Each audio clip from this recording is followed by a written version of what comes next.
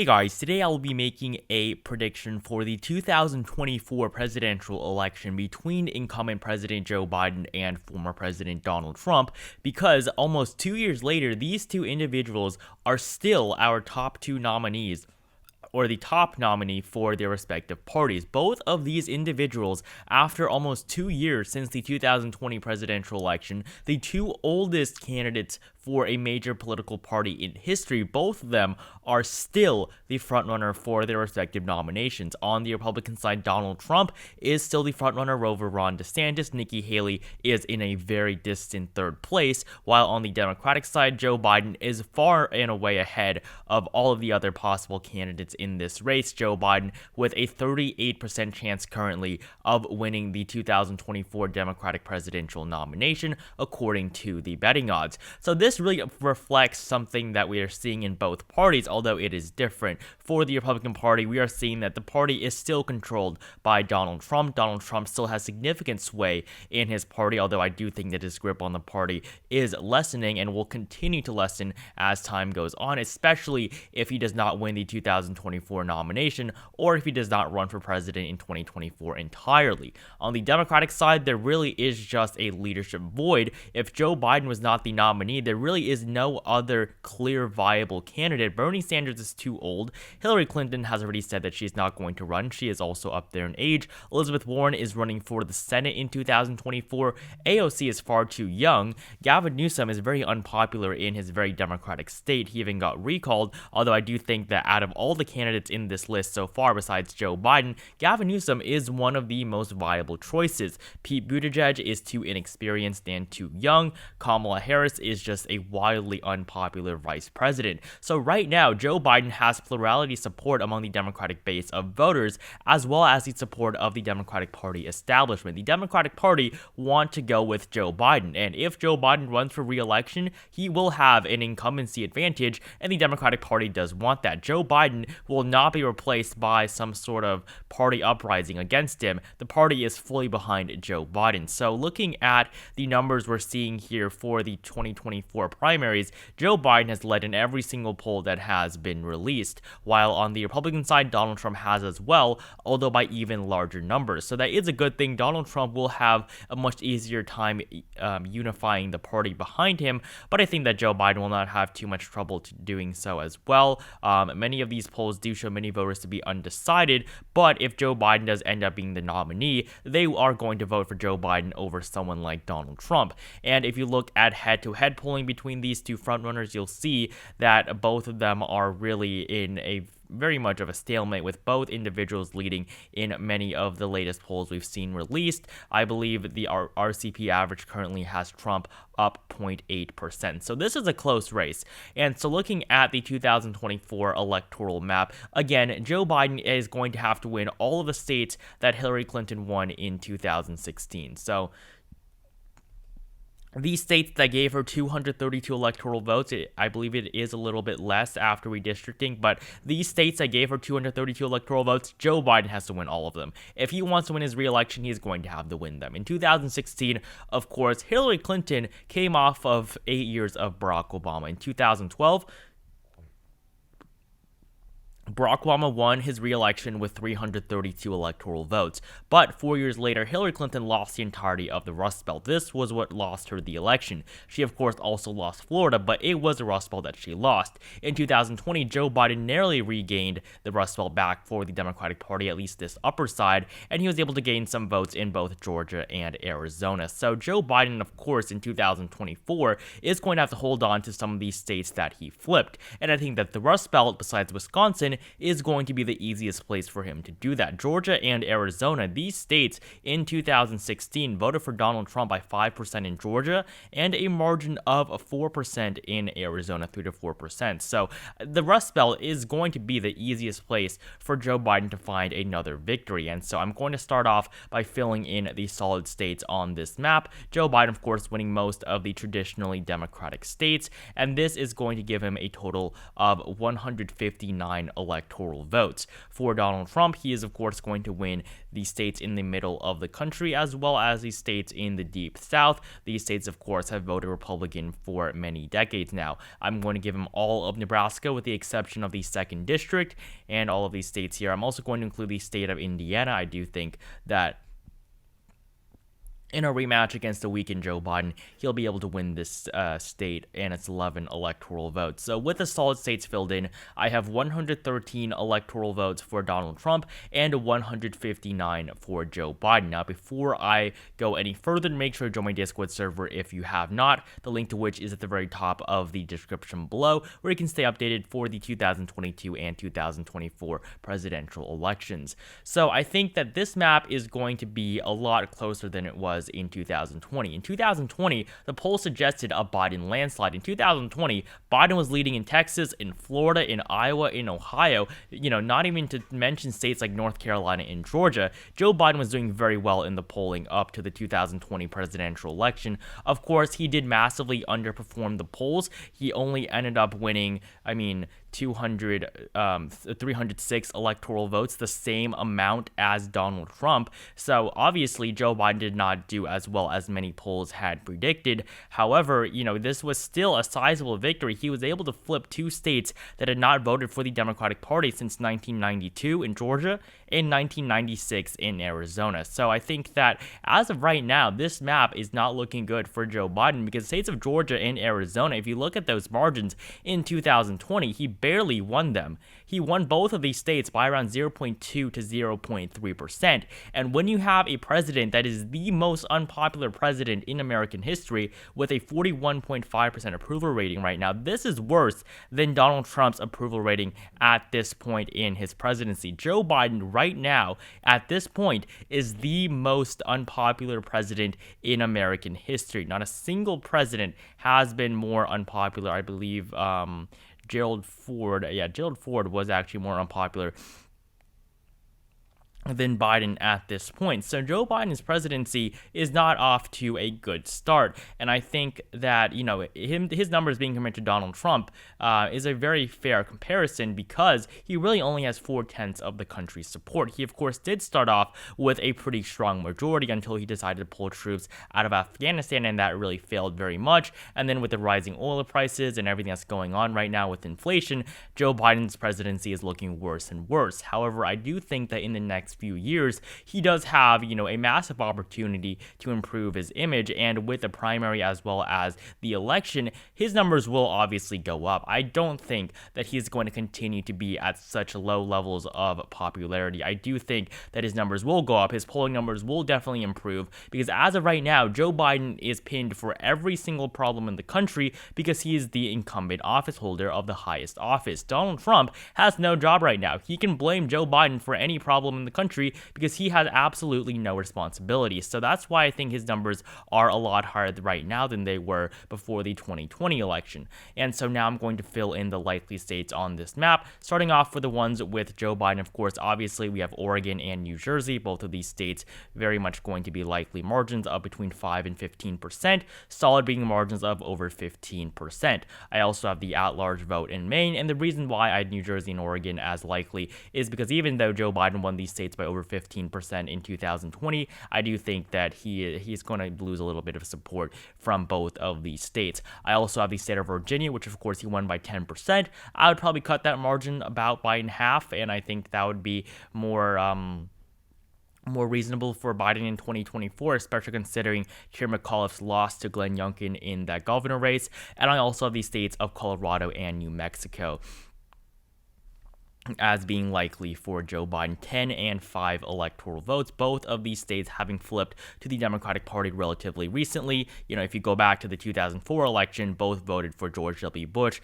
but with the election of Barack Obama, of course, these states became Democratic states, and, Obama really was a turning point for both parties as the Democratic Party continued to dominate more and more in the Sun Belt, Barack Obama even won the state of North Carolina, and Republicans continued to make more and more gains in the Rust Belt until, of course, in 2016, Donald Trump flipped all of the Rust Belt essentially, except for Illinois, where Chicago kept it alive for the Democratic Party, and Minnesota, which has the longest Democratic voting streak in the country.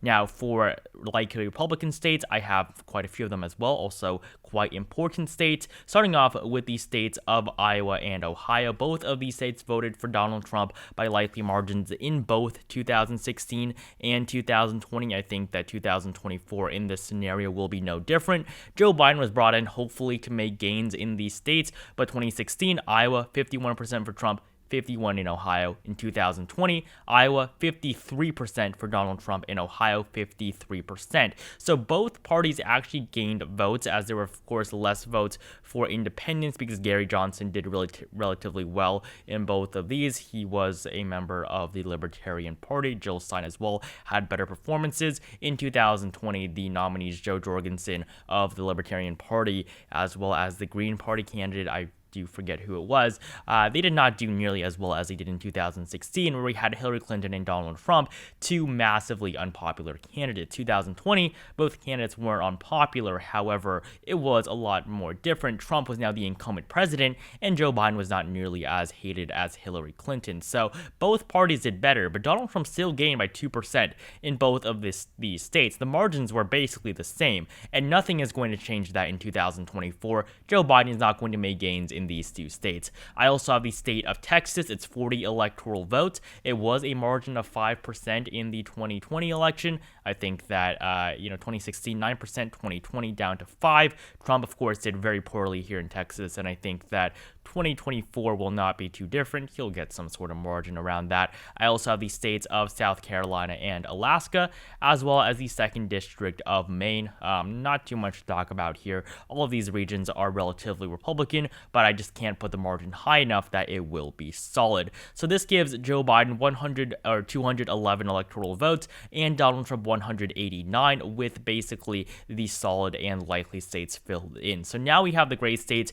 These are the toss-up states, the ones that are really going to have the biggest effect, or the ones that are really going to decide the election in the first place. Because these states that I've already filled in, they're not really going to change. The opposite party is not going to have victories in any of these states. So I'm going to start off with the lean states for Donald Trump, and there really are quite a few of these. Starting off with the state of Wisconsin, 10 electoral votes, as well as North Carolina, 16 electoral votes. Both of these states voted for Donald Trump in 2016, North Carolina by a much larger margin. It was a very historic flip in Wisconsin for Donald Trump, as no Republican had won the state since the 80s and 90s. So I do think that both of these states will be in the lean Republican column for Donald Trump, margins of between 1 and 5%.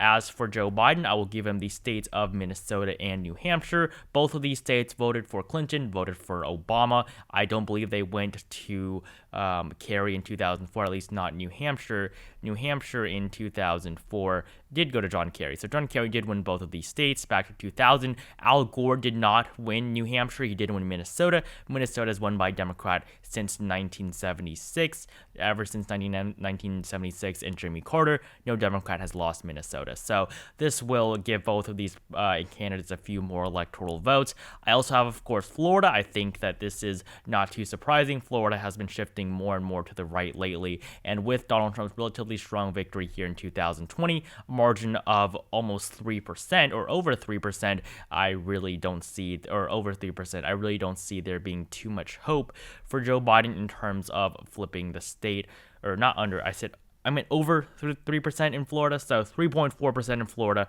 for Donald Trump in 2020. I don't see much hope for Joe Biden here in a 2024 scenario. So 30 electoral votes going to Donald Trump from Florida. And these states, the ones I have left on this map, I do think these ones are going to really be the closest. And so I have, starting off with the state of Michigan, I will keep Michigan in the lean column for Joe Biden. He won the state by 2.8% in 2020. I think that he has the ability to hold on to this state for the Democratic Party at least one more time. I think that with general trends, the Rust Belt is going to become more and more Republican, while the Sun Belt, states like Arizona, Texas, Georgia, and North Carolina, these states are going to continue to shift to the left and, of course, gain more Democratic support, helping the Democratic Party more as they are losing their strongholds in the upper Midwest. Minnesota really is not what it was before. Michigan, Wisconsin, and Pennsylvania are now toss-up states in virtually every level. So the Democratic Party really has lost its grip. I mean, go back a couple of decades. 2008, Michigan 16%, Pennsylvania 10%, Wisconsin 13%. These states won the Democratic Party elections. Even in 2004, all the three of these states went to John Kerry. John Kerry did not win any state in the South. In 2000, of course, the only state won in the South was Al Gore by a very, very small margin. He still won basically all of the upper Midwest. In 1996, Bill Clinton did the best for a Democrat since Lyndon B. Johnson.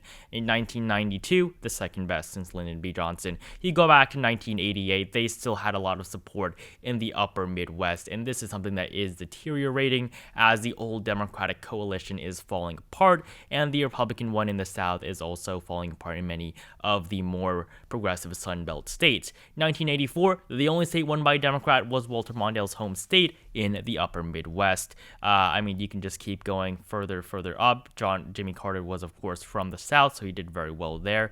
But the Democratic Party and their long history of winning elections with this northern region of the country is slipping away as they are moving more and more to the coastal states as well as to the states more down in the South. So because of this, I am going to give Joe Biden the state of Nevada. And, even though, these Sunbelt states, of course, are shifting to the left, I don't think they're all going to continue voting for Joe Biden. The margin is still very small, and 2024 really is not that far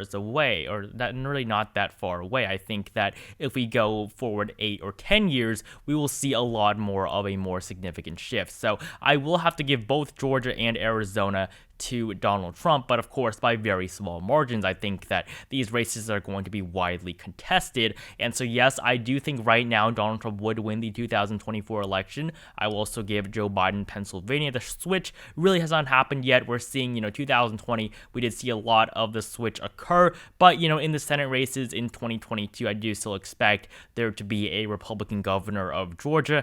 Pennsylvania's governor is still, up in the air right now, whether, who replaces Tom Wolf, but we'll really have to see. All of these regions, the Sun Belt and the Upper Midwest, are now toss-ups as both parties are losing and gaining ground in each of these regions. And so right now, yes, I do think that I will give the 2nd District of Nebraska to Joe Biden as tilt. He won it in 2020. But I do think that right now, Donald Trump has the advantage. And I'm not saying that this is what I think is going to happen in November of 2024. I'm saying that right now, if I had to make a prediction between these two candidates based off of what I have, I'm not speculating whether or not Joe Biden's going to have a good year in 2024. I'm just saying off of right now, if the election was held today, Donald Trump, I do believe, would win. However, in 2024, a lot can change. What happened on January 6th last year is going to affect Donald Trump. It really is not affecting him too much right now because he is not in a campaign.